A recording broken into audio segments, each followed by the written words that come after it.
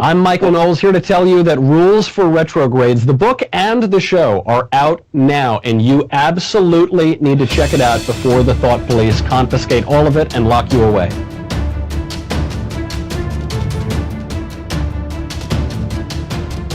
Rules for Retrogrades out today.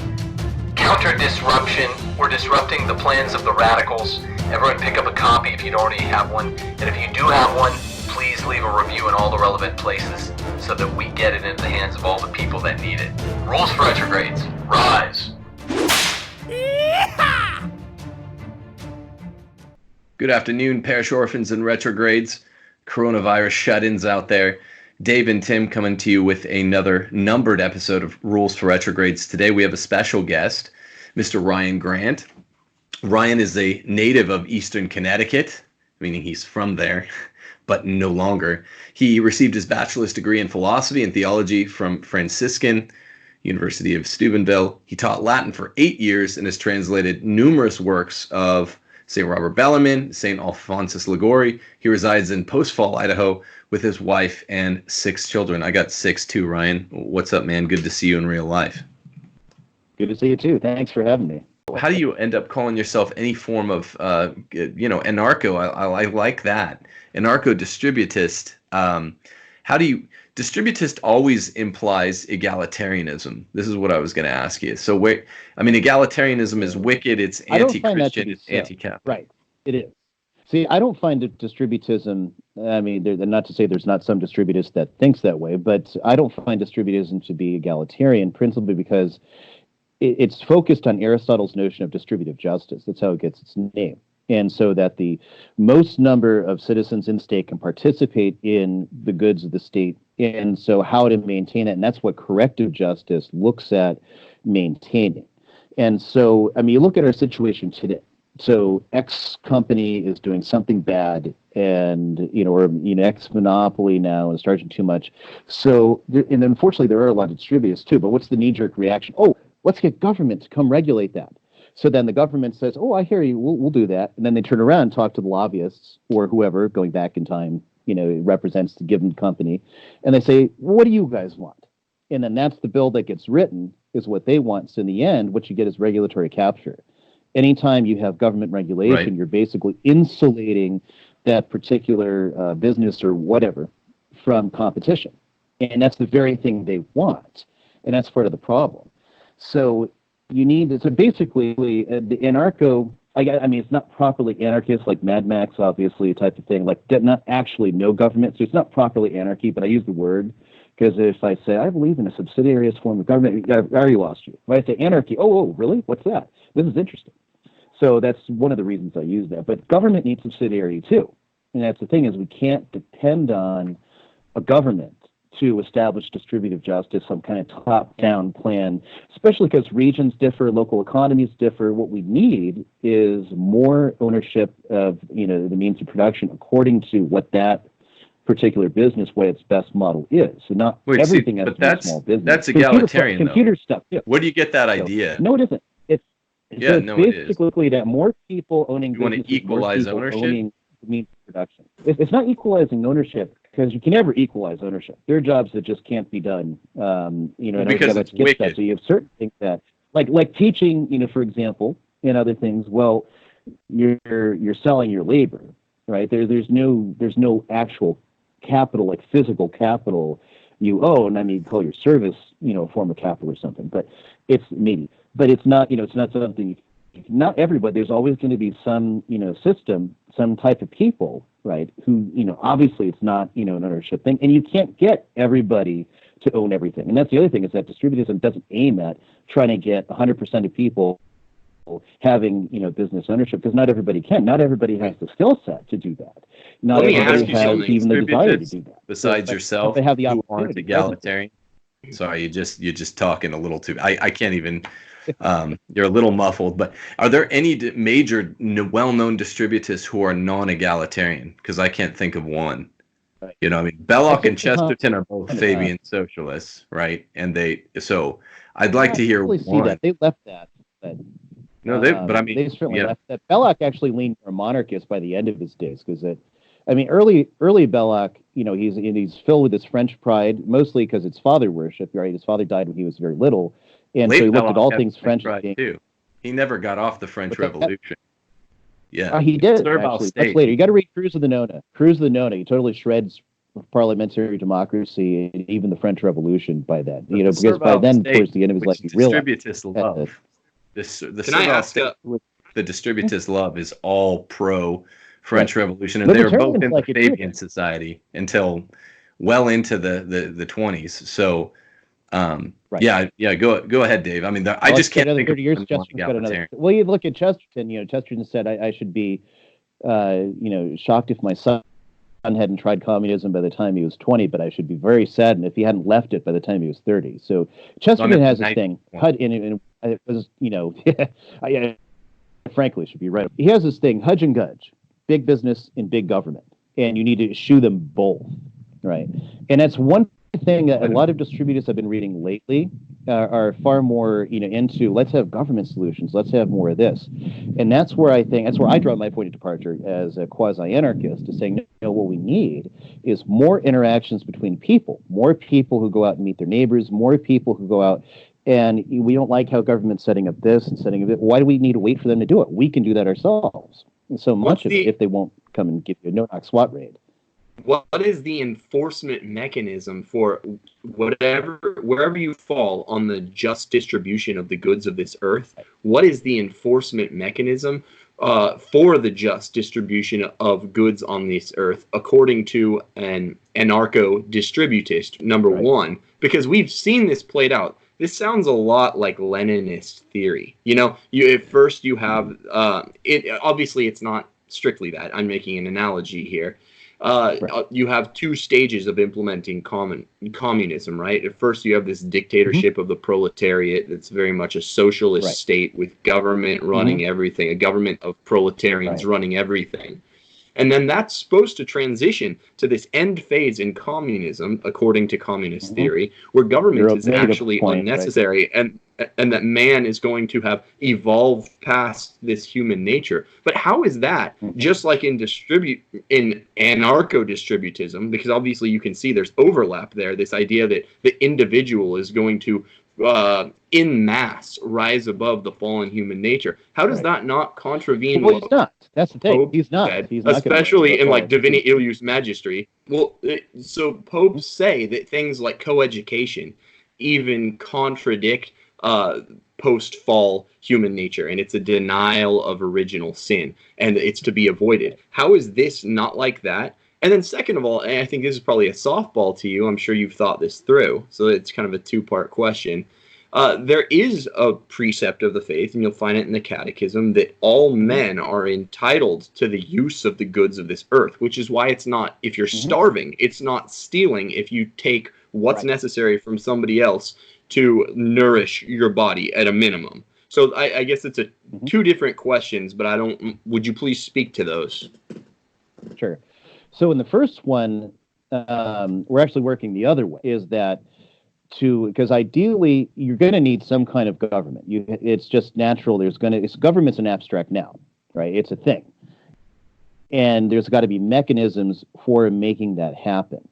So, and I guess in some ways, and a lot of these things end up leaning a little more voluntarist, on some of these things, but nevertheless, I just don't like some of the very like Rousseauian principles you find there in other things. So ultimately, there's going to be some mechanism. The first stage is to set up through contract, through agreements and individuals that are enforced, by courts.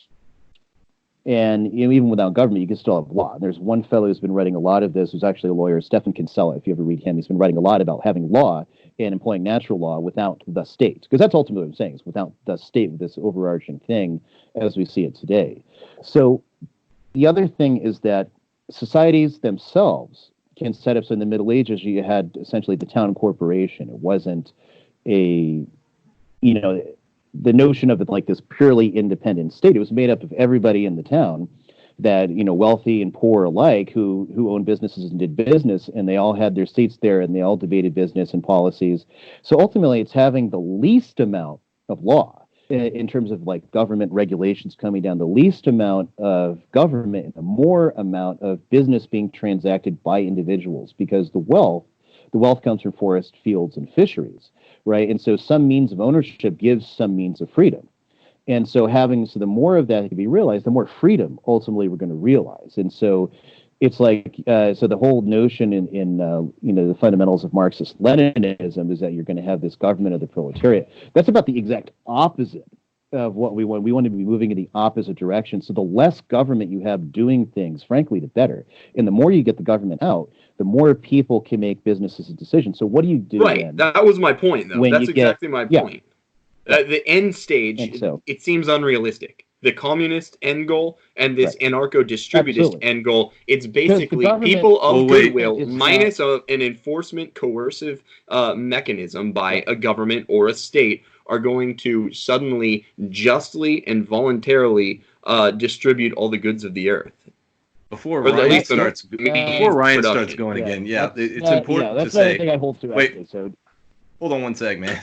Sorry, we have a bad connection, and you're kind of just. Can you hear? Are you able to hear, Ryan? I can hear. Yeah, I can hear it perfectly fine. Okay, I'm not sure. Cool. Can you hear me?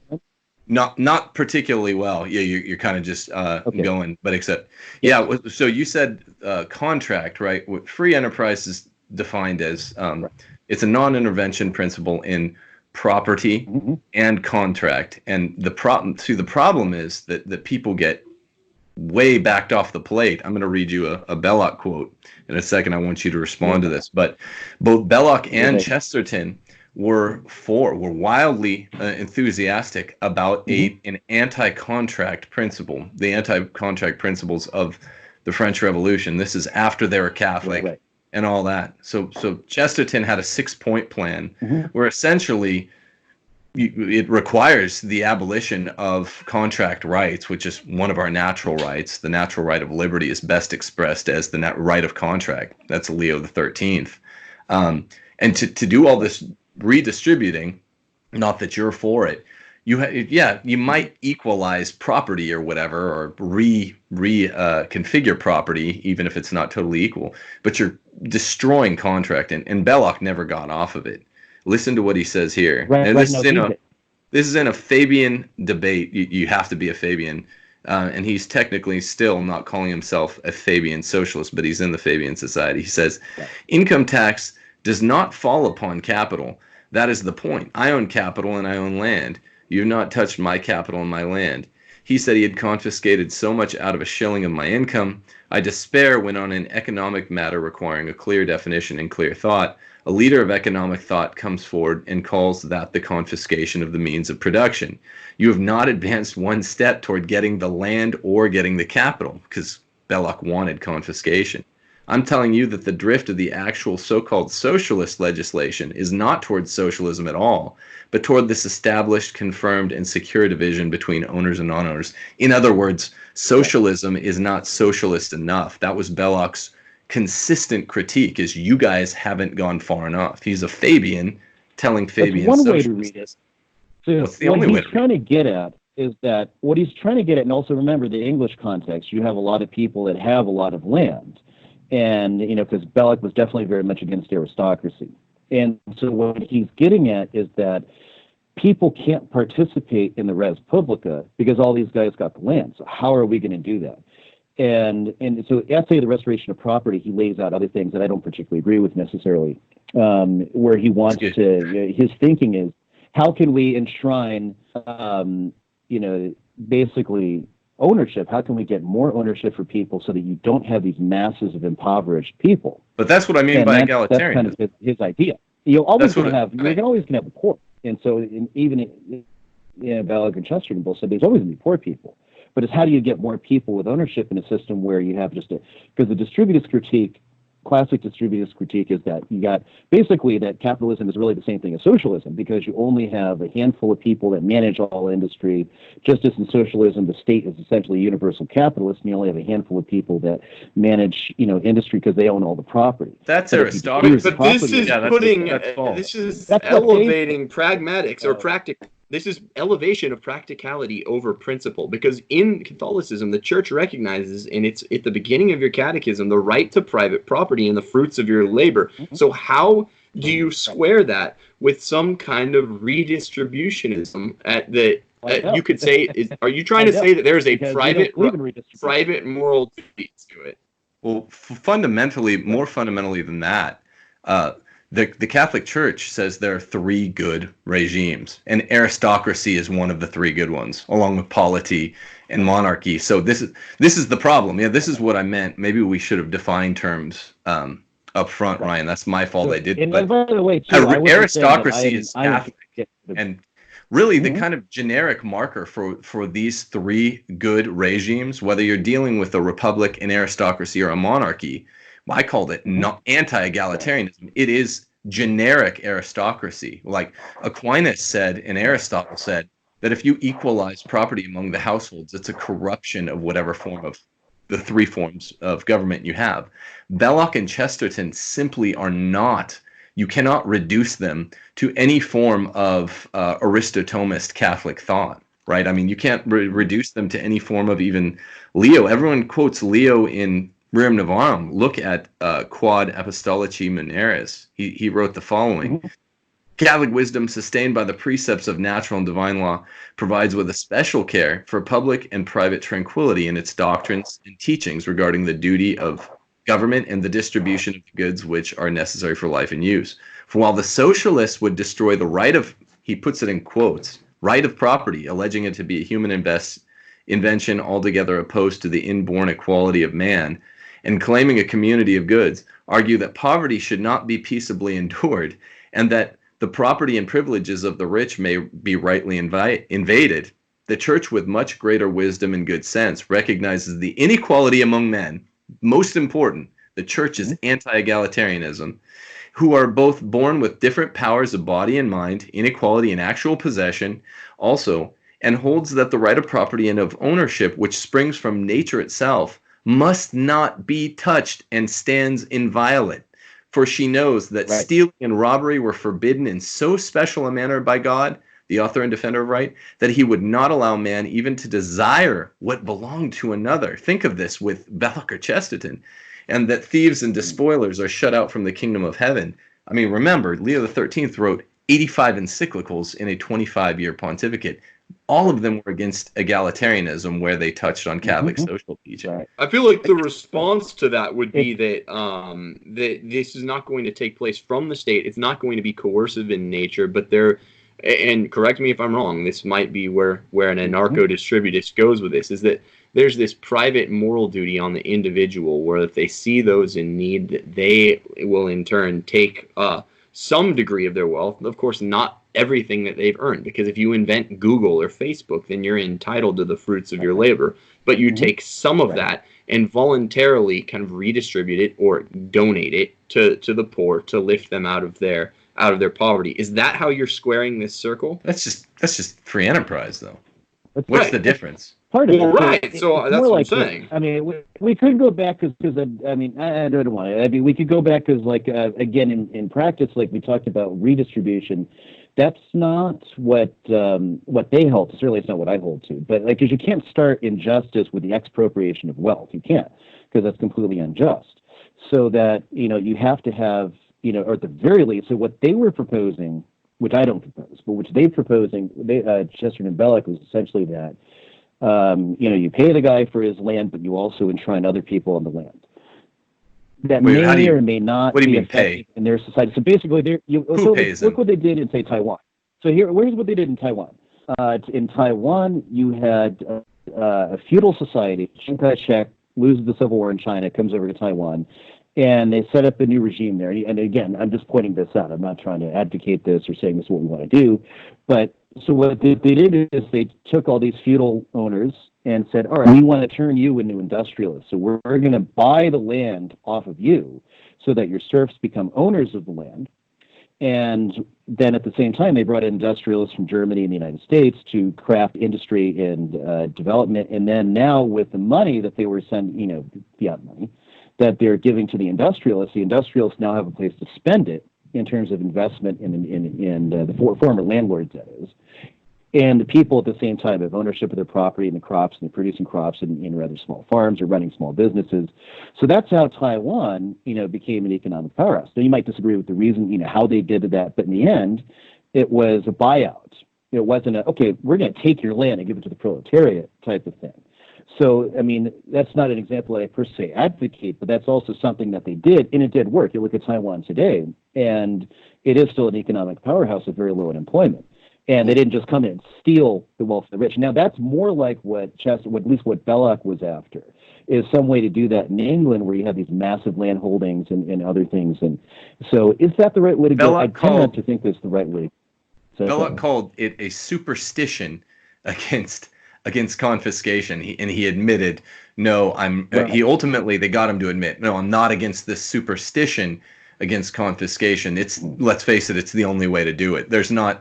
It's like sitting around in a room where the light's off and saying, okay, there must be some other option. It's either on or off. You either, if you hate the aristocracy as much as Belloc did, which is one of the Catholic modes of governing, then there's only one way to force a kind of equalization, and that's confiscation. It's not that the three of our minds here can't fathom it. It just doesn't exist. It's that simple. And he admitted he's for confiscation.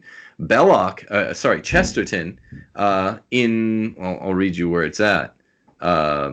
He quotes 6-point plan. He loved, even in his Catholic days, he loved the French Revolution, and the 6-point plan was this: taxation of contracts so as to discourage the sale of small property to big proprietors.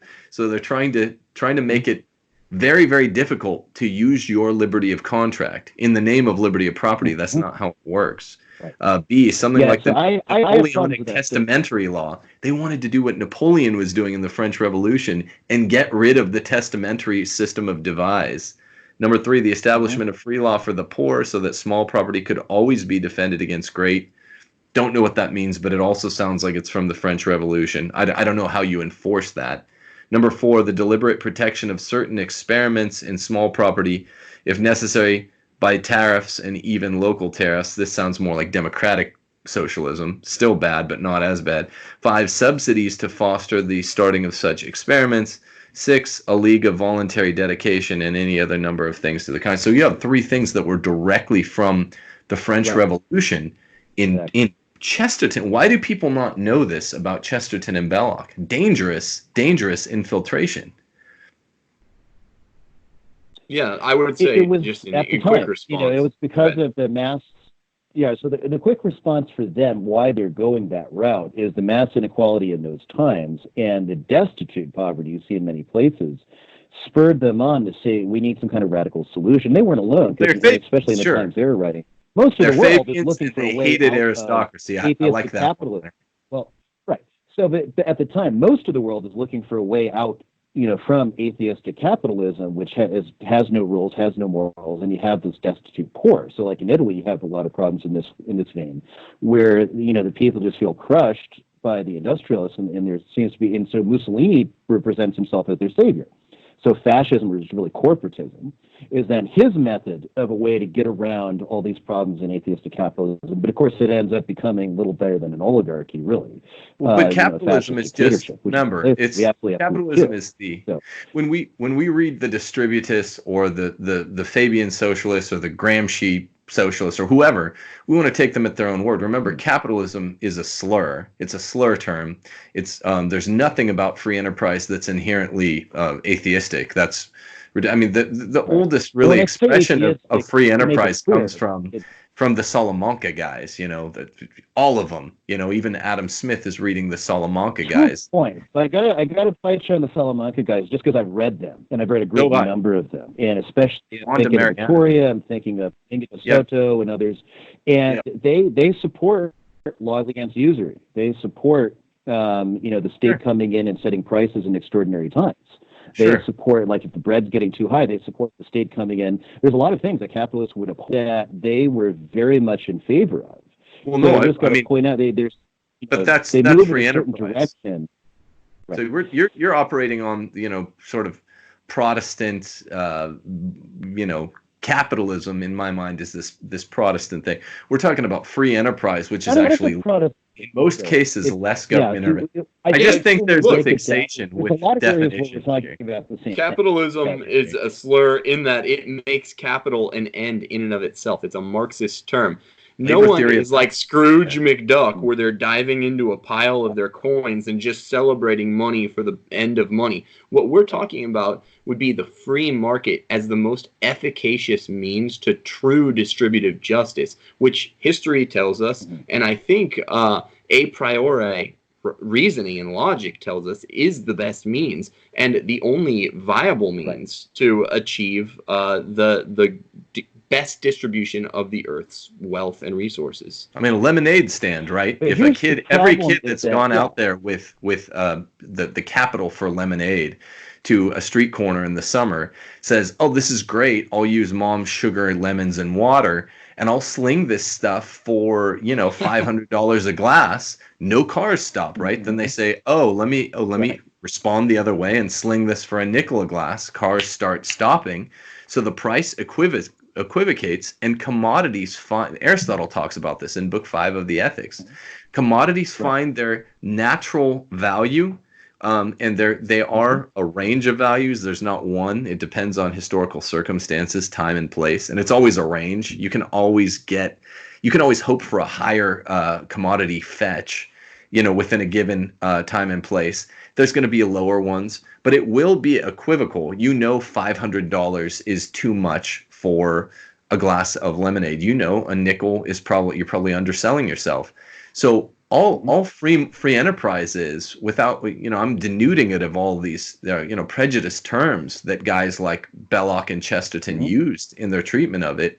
Right. And I think you seem very amenable to this, and just saying, look, it's free it's a non-intervention principle in property. The government shouldn't be stripping people of their property, and the government shouldn't be stripping people of their contracts, even in Rerum Novarum and Quadragesimo Anno. That these two popes, Leo and Pius, seem to say, look, there's this right that's basically sacrosanct, the right of contract, an employee with an employer. All they say is there's an older, more curious form of justice where the employers, if they're gouging their employees because they're in a position of power, they're going to have to answer for it in the next life.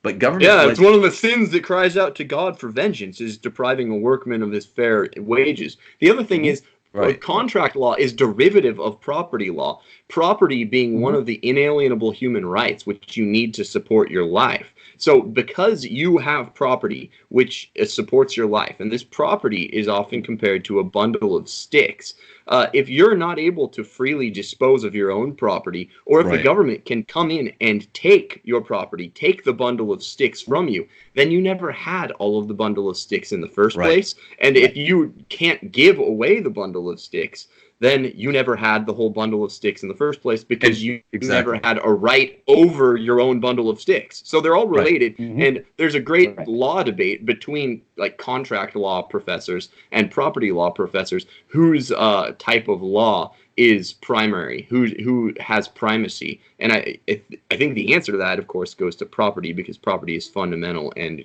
contract is derivative. Well, if property is actually a bundle of sticks, right, there's the right to alienate, the right to possess, the right to exclude, the right to lease, the right to all these things. Really, when the distributists, like not Ryan Grant, but Chester Belloc, when they say we hold up the right of property, they don't hold it up as the classical common law bundle of sticks, which includes the right to dispose or alienate your property.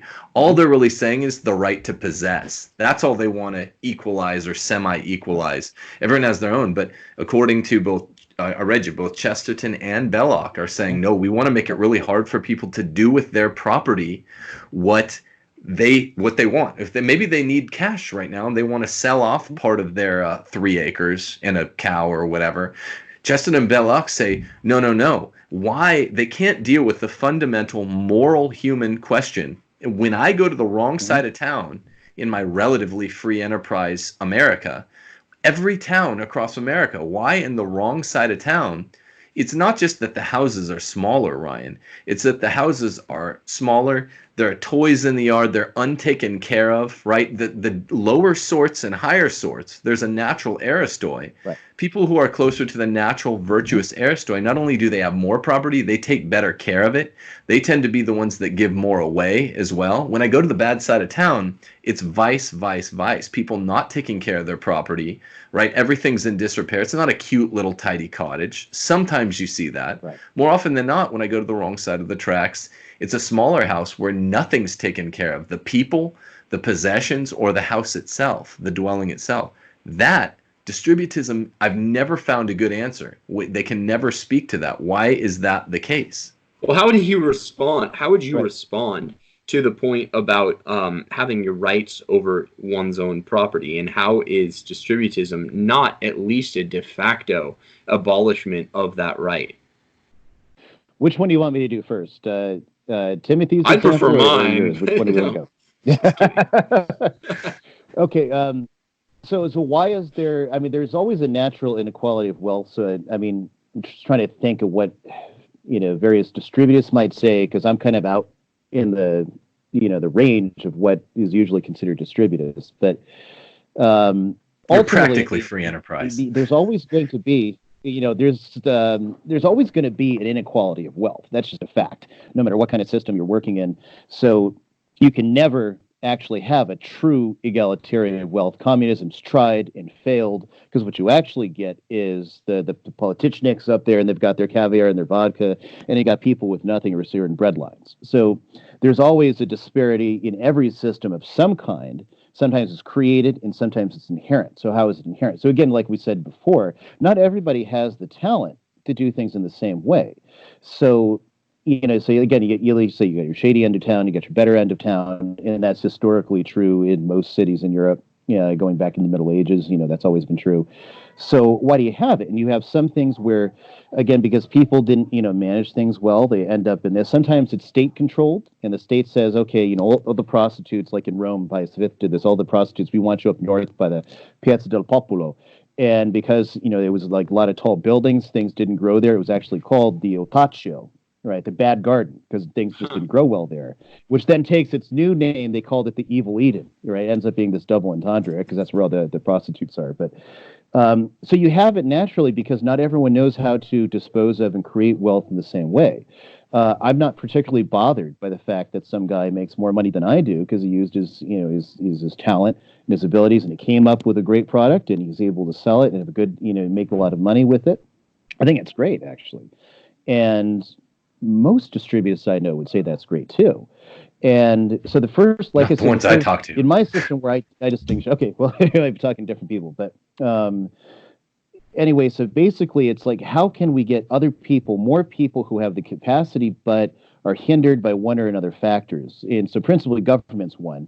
The other thing, the market, because it is one thing where a lot of distributors I've read in the past, they have been weak on the question of the market, because there's a natural sense of economics you have to understand. It can't be all the nice one-liners out of Chesterton, or like in What's Wrong in the World or something like that sound really great, because you also have to understand how things actually work in economics. And if you don't, you're going to be SOL when you're trying to, put together the system. So in a lot of distributors, they say, well, we're just trying to apply Catholic social teaching and get it into the economy, because distributism doesn't claim to be the Catholic solutions. I mean, some people like to represent it that way, but it's ultimately an attempt to say, let's take these Catholic social principles from Rerum Novarum, Quadragesimo Anno, and let's put them into practice in a functioning system. And in my experience, most haven't. And so, and that becomes one of the problems. But so one way to ameliorate your bad end and your good end is occupational groups, or you might call them guilds or whatever,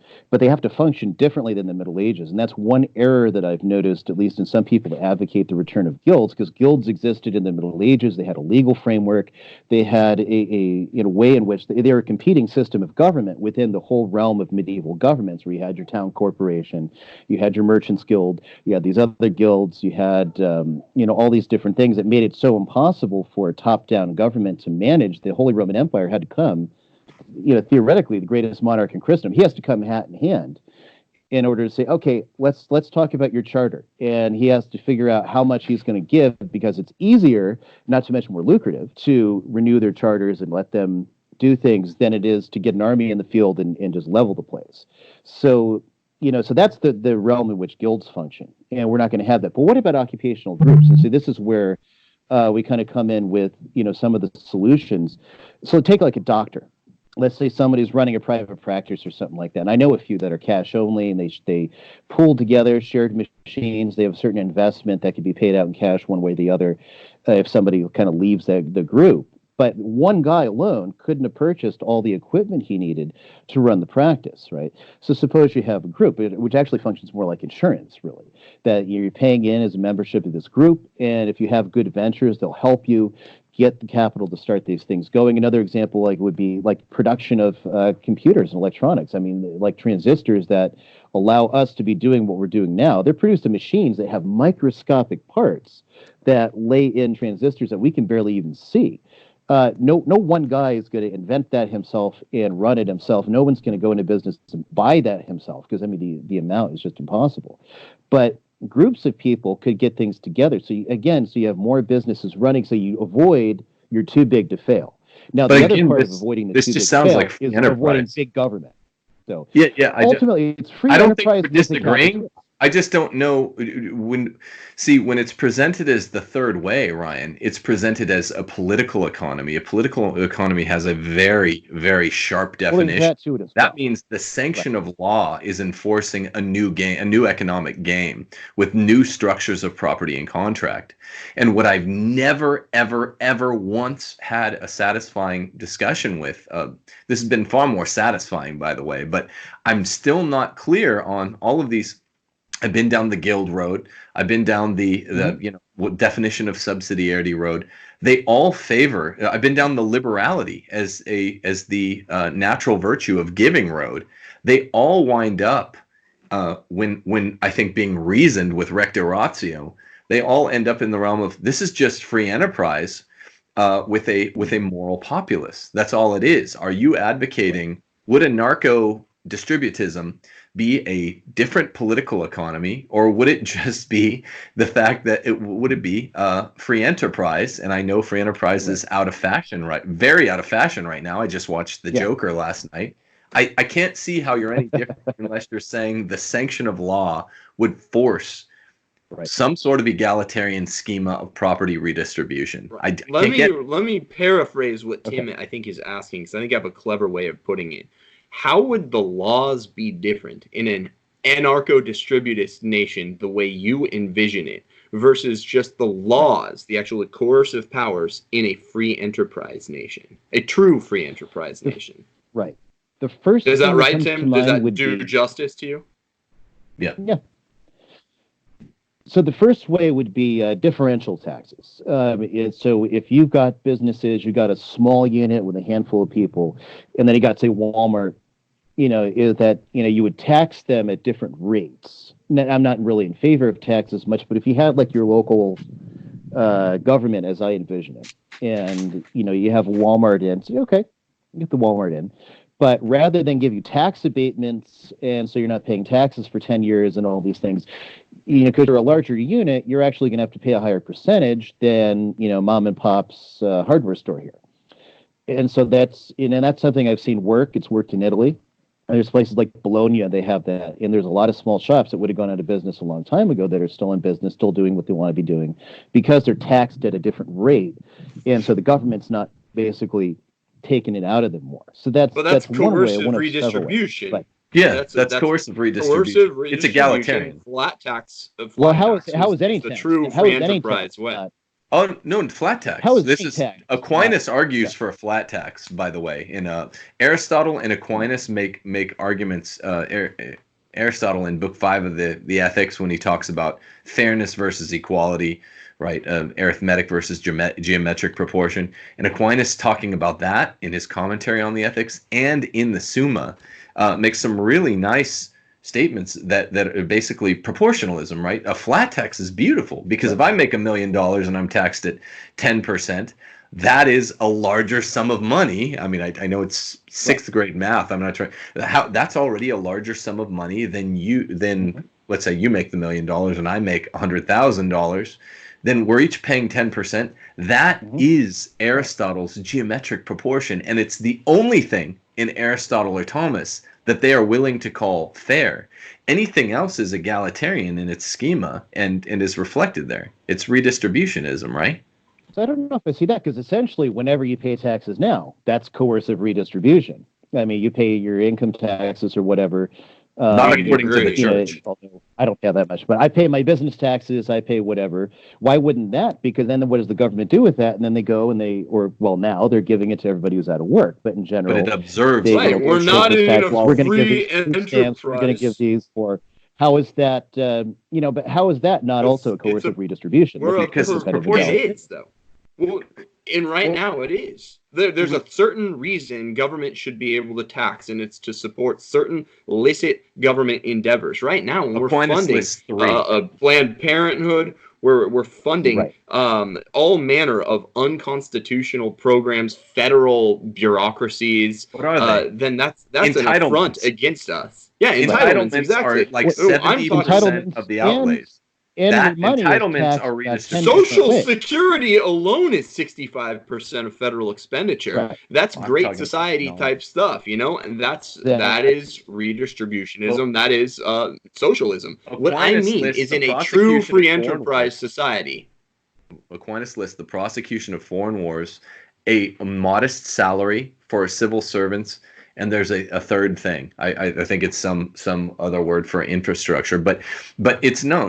And if it's a progressive tax structure, then the whole point of the disparity between the tax structure, the graduated rate, is so that you can just give that money. What Trump just did, quantitative easement, is just giving us money from the rich people, right? Which is totally unfair, and it's I'm taking the money.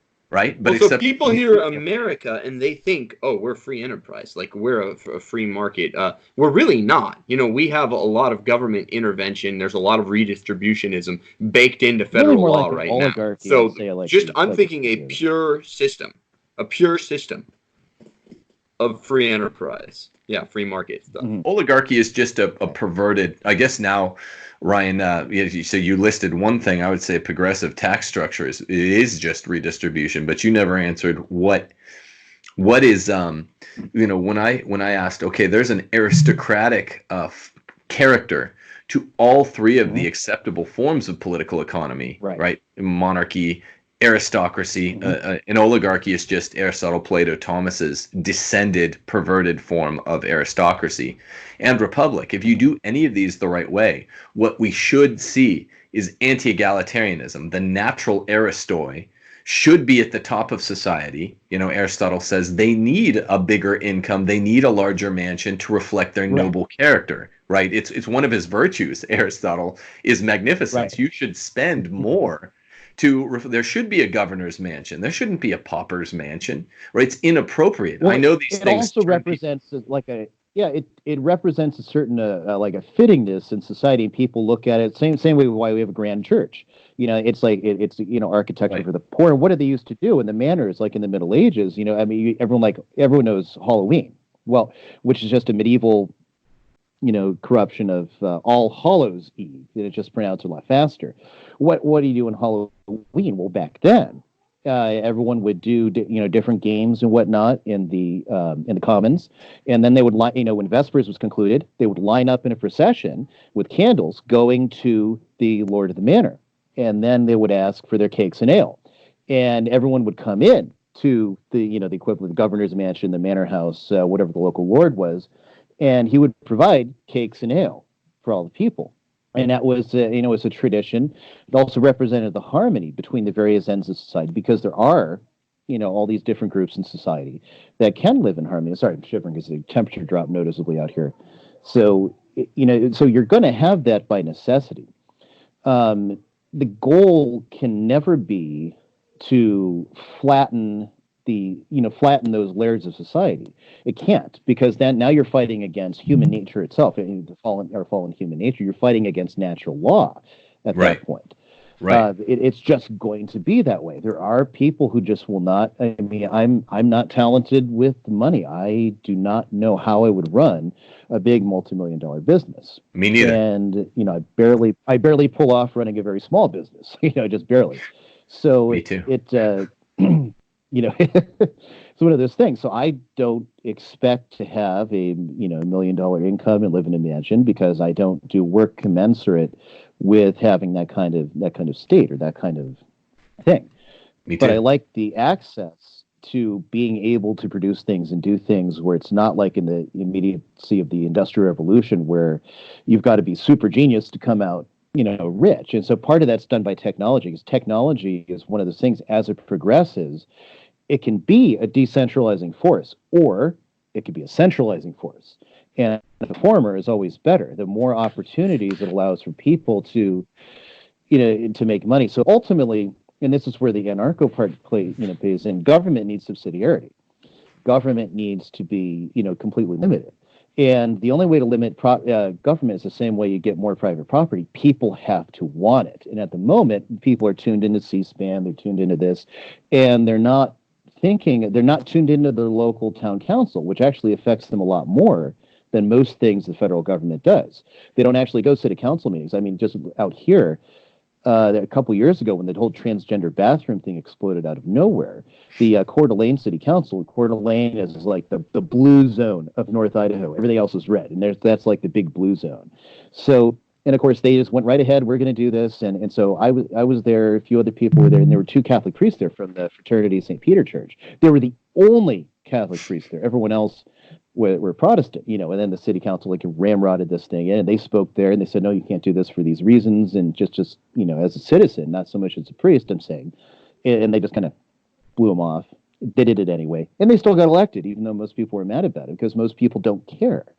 And right. Well, no, we got to worry about what Trump is doing, and what the Democrats are doing, and what about your local, town council? What are they doing?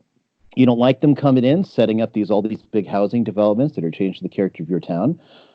Go to your council meeting. Go there and say, hey, can we focus on more land for you're running people who want to farm off with all these crazy taxes you're doing. And here we're talking about people who don't want to alienate their property; they actually want to keep it. Right? We're going to run all these guys off. Sure, I might be obtuse, and I might be missing the point here, but I still don't see how to accomplish this distributivist system without running afoul of the church's teaching on private property and enjoying the fruits of one's own labor. How is it possible? Quadragesimal of 72. Yeah. So essentially, I mean, whereas you pointed out, people opposing contracts, I say you do it through contracts. We're not going to do business with you unless you support, you do business in a certain way.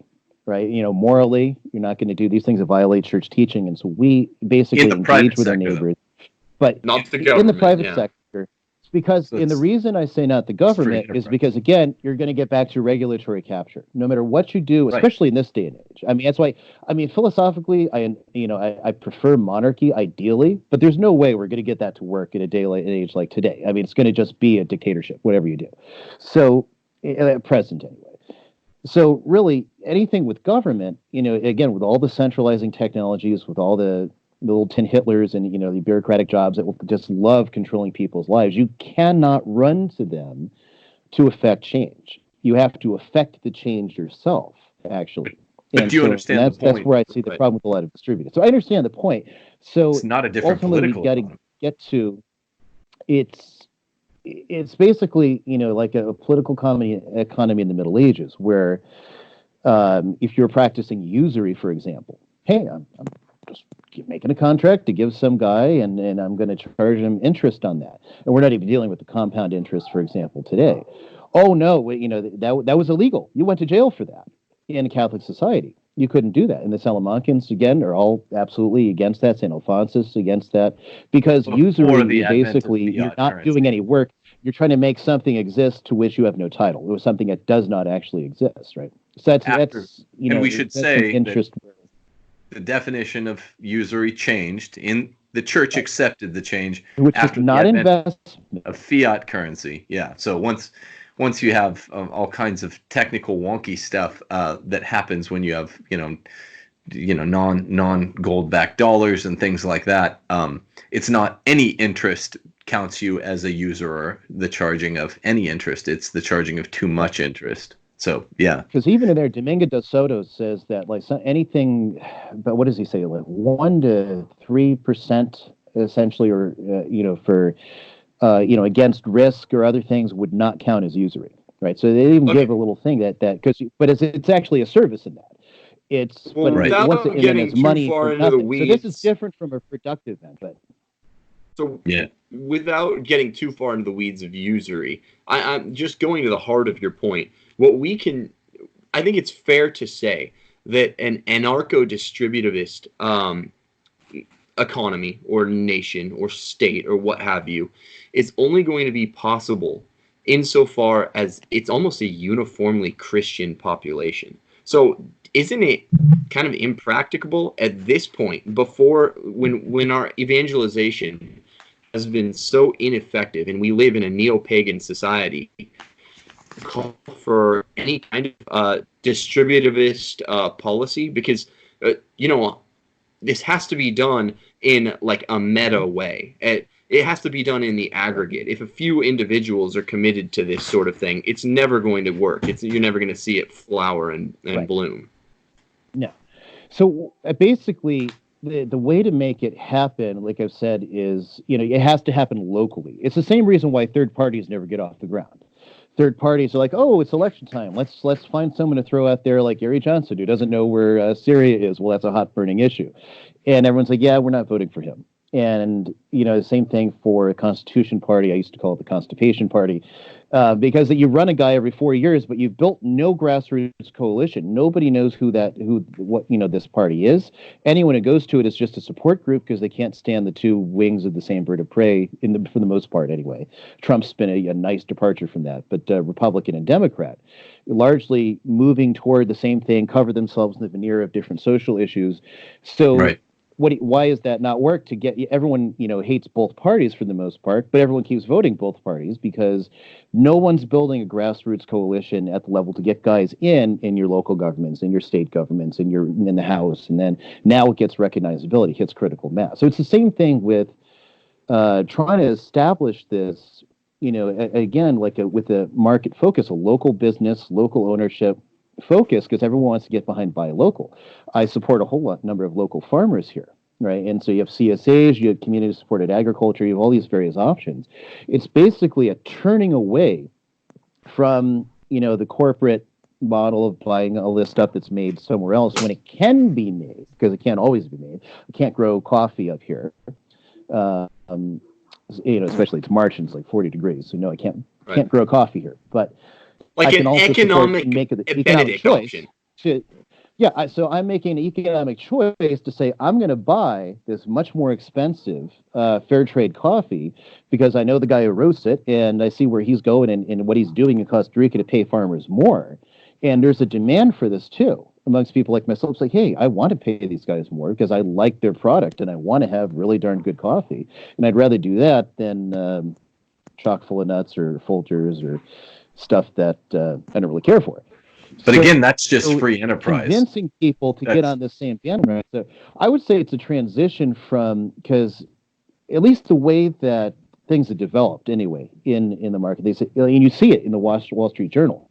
Sneer at anybody who buys organic food. Sneer at all these fair trade initiatives. Whoa. That's a market-based initiative of people saying, hey, we want this, and somebody supplied the demand. What's the problem?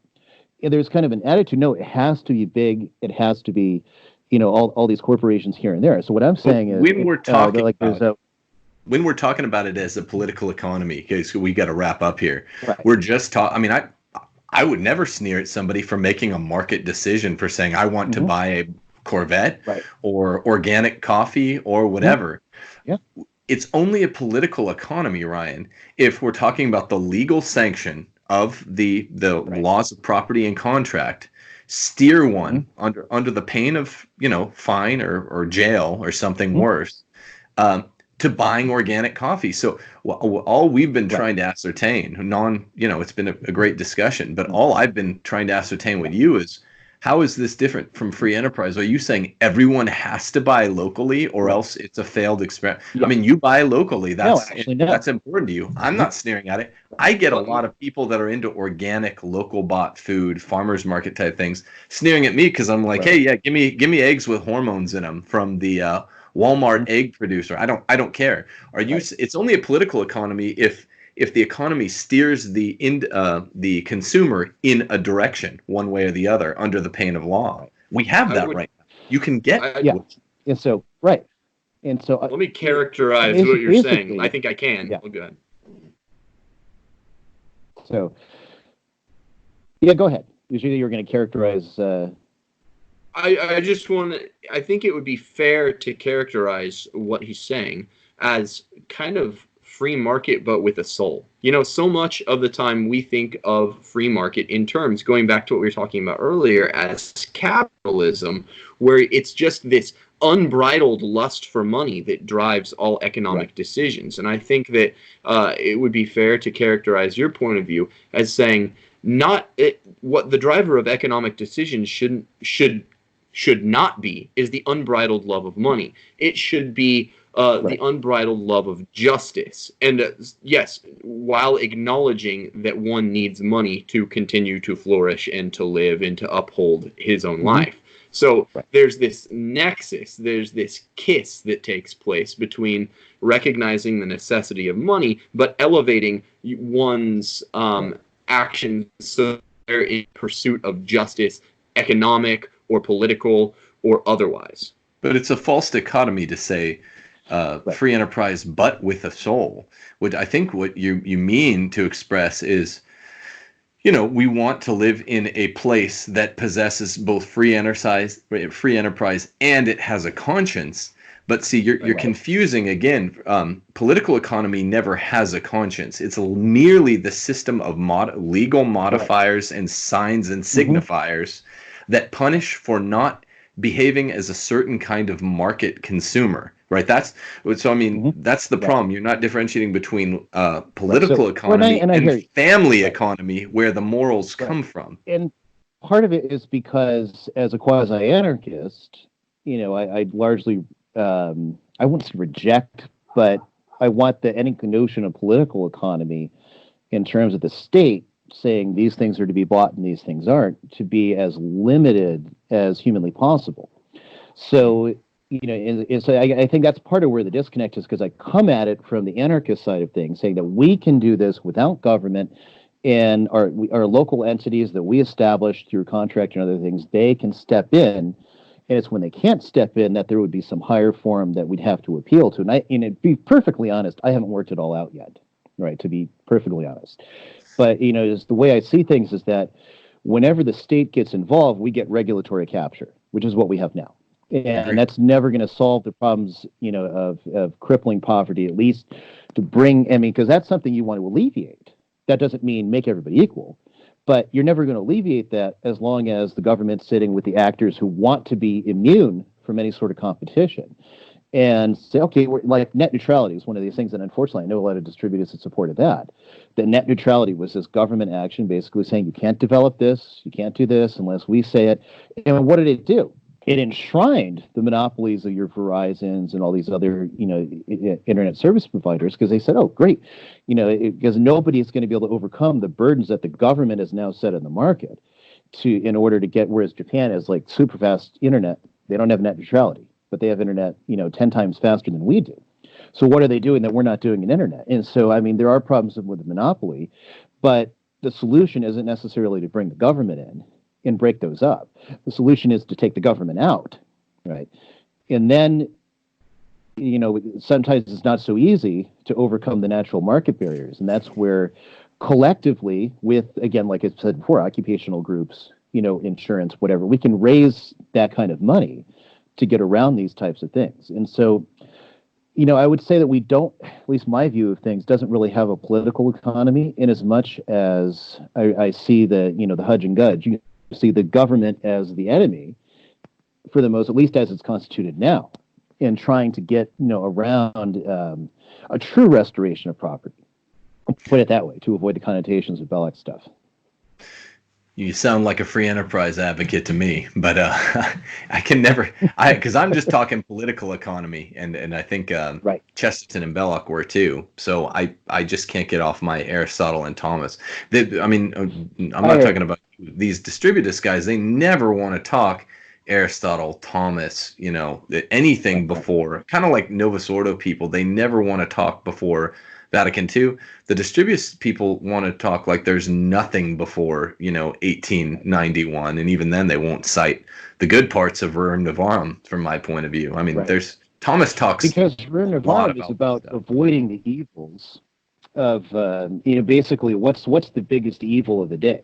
It's socialism. It's people coming to deny private properties, people coming to kind of break down the fabric of society, as it were, as you saw it in the 19th century. So why are they doing it? I mean, it's because of this very crippling inequality that is there in terms of like the wealth disparity that's caused this terrible poverty. But Leo is not saying, okay, so here's the solution. Government, come take it all from the rich, Robin Hood style, and give it to the poor. That's not what he says at all. And what he's really saying is that we need to have the conditions to alleviate the poverty people are suffering and allow them, some means, of earning wealth frugally and to live frugally. How do we do that? He doesn't say, take everybody's money, take everybody's capital, and give it to these guys, right? And so he's just laying down various principles of economic action that should be followed. And that's essentially Catholic social teaching when you get down to it. So that's why, I've never supported the expropriation of wealth. I don't want other people's things. I just want the chance to make mine. Yeah. Well, with the beautiful scenery behind you, irrespective of numeric values of wealth, Right, mean, you're sitting there in a better place than we're in, brother. But we look, we're out of time, man. Although we really enjoyed it. You see me shivering here, so yeah, absolutely. I enjoyed it too. It was a good conversation. Yeah, always. Yeah, well, I appreciated it. Man, I wish I were in Idaho right now. Cool. Well, Yeah, have a good my day. coat out there. You see me shivering here, so you too, Tim. Take care. God bless you, man, and Good thanks to for see coming you. on. You're welcome. Thanks for having me.